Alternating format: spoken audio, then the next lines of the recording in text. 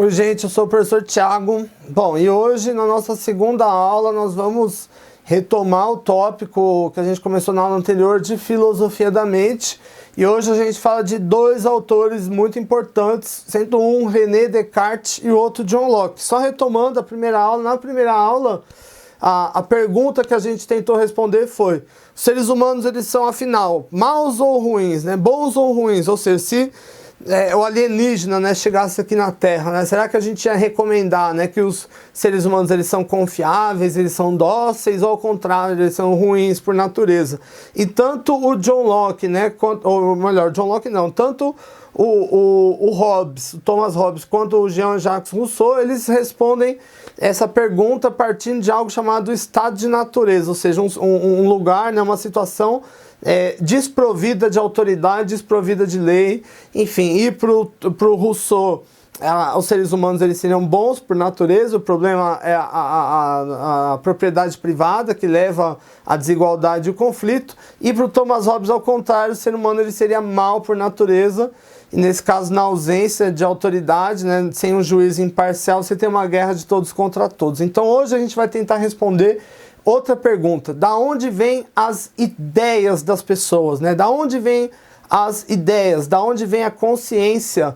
E, enfim, e aqui a gente tem duas leituras diferentes, uma do John Locke e a outra do René Descartes. Para o John Locke, vamos começar a fazer como a gente fez na aula anterior, né? E enumerando os argumentos. Para o John Locke, todo conhecimento depende de uma única coisa: a experiência. Ou seja, não tem aprendizado que não se dá por experiência.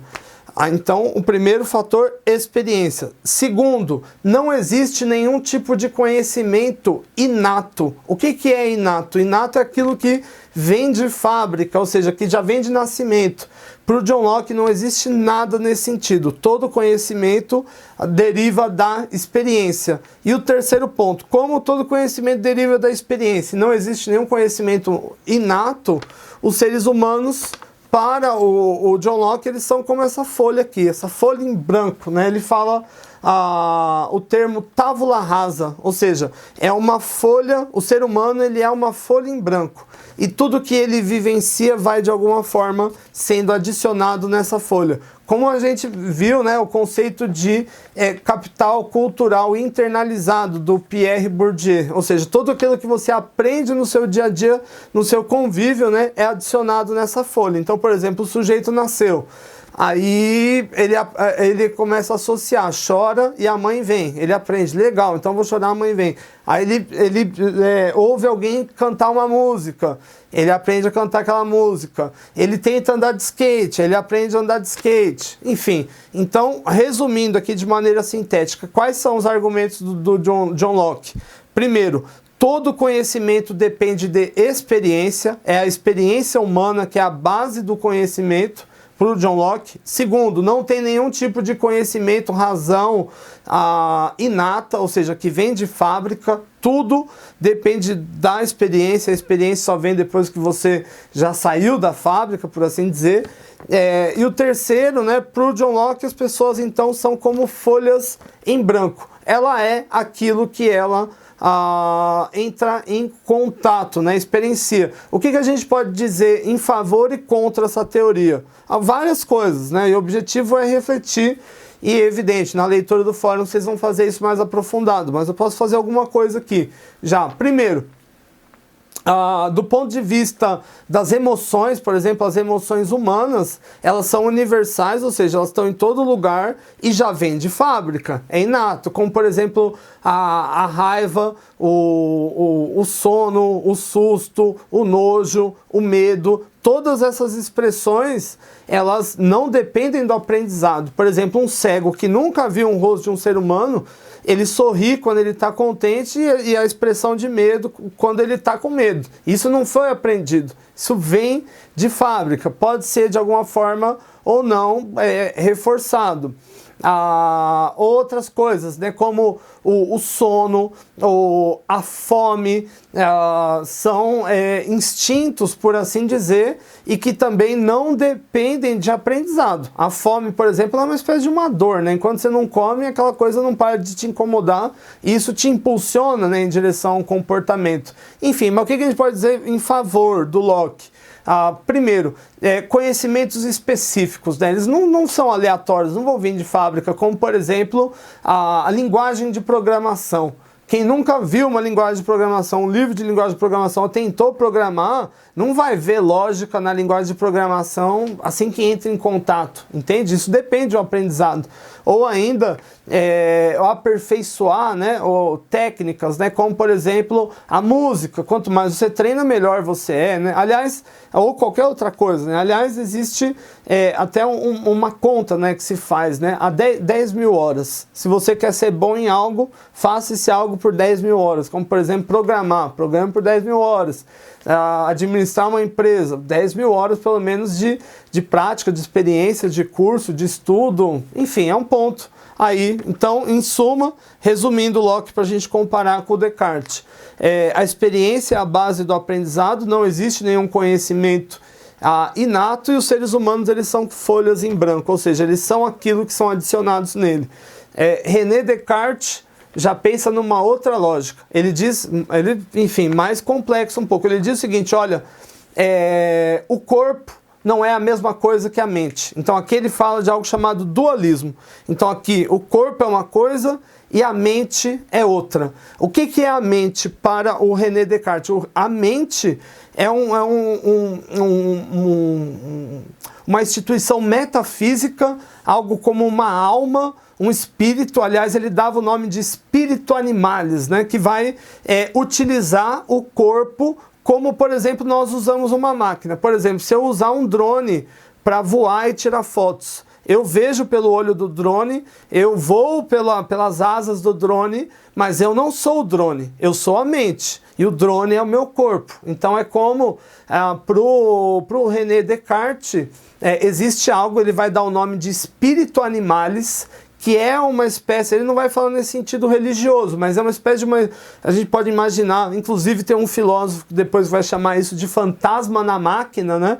É como se fosse uma entidade metafísica, como um espírito mesmo, como a gente pensa, né? Que vai utilizar, que vai animar, né, todas as artérias do corpo.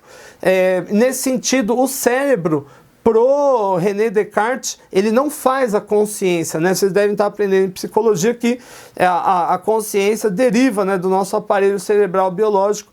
Ele dizia, olha, de fato, sem cérebro não tem consciência, mas a consciência, na verdade, ela se manifesta pelo cérebro.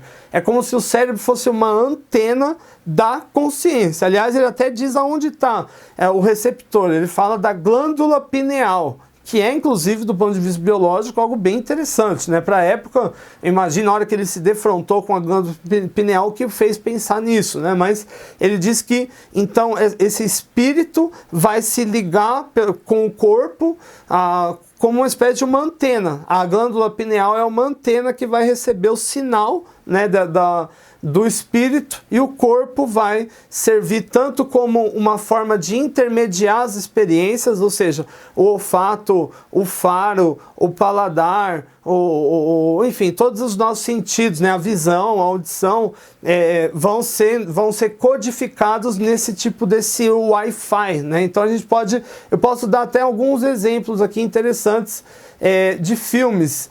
Lembra aquele filme Avatar? É exatamente aquela ideia do Avatar. Então, o cara que ele quer invadir lá o mundo do alienígena, ele entra numa máquina e a mente dele vai operar um corpo lá no mundo do Avatar, um corpo alienígena. Entende essa relação? Então, é como se o espírito fosse esse homem dentro dessa máquina e aquele corpo lá do Avatar andando para lá e para cá fosse o corpo, né? A mente seria o corpo, entende essa relação? Ou, por exemplo, quando o cara vai jogar um jogo de videogame que tem um avatar, como o GTA, por exemplo, você enxerga as coisas que estão acontecendo, você interage com os personagens no jogo, mas você não é o objeto, né? O avatar do jogo, você é a mente do jogo, né? E o CJ lá é como se fosse o corpo. Então eu deixo como dica para tentar entender um pouco mais essa visão do René Descartes, esse filme O Avatar,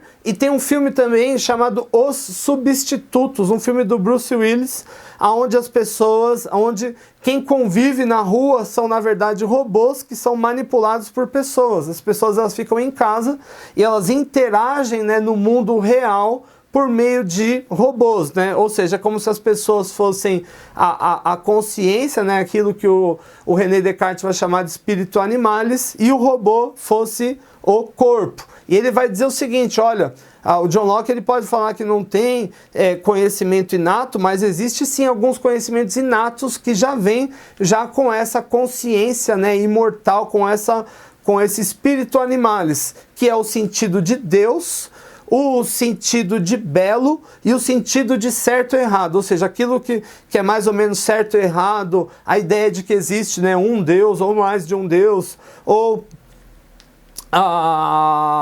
esse conceito, né, do que é esteticamente agradável, segundo René Descartes, seria algo que já vem já com essa consciência, né, com essa metafísica, né? Então, em suma, o René Descartes ele vai falar de uma espécie de um fantasma na máquina, ou seja, para o René Descartes o nosso corpo é como se fosse um marionete e a nossa consciência é o que anima a marionete, e o John Locke do outro lado ele vai falar que o ser humano é como uma folha em branco, que ele não tem nenhum tipo de conhecimento inato, e que todas as nossas experiências é que vão nos moldar, né? Como se fosse um vaso, né? Então você andou, você correu, tal, você vai adicionando novos conhecimentos.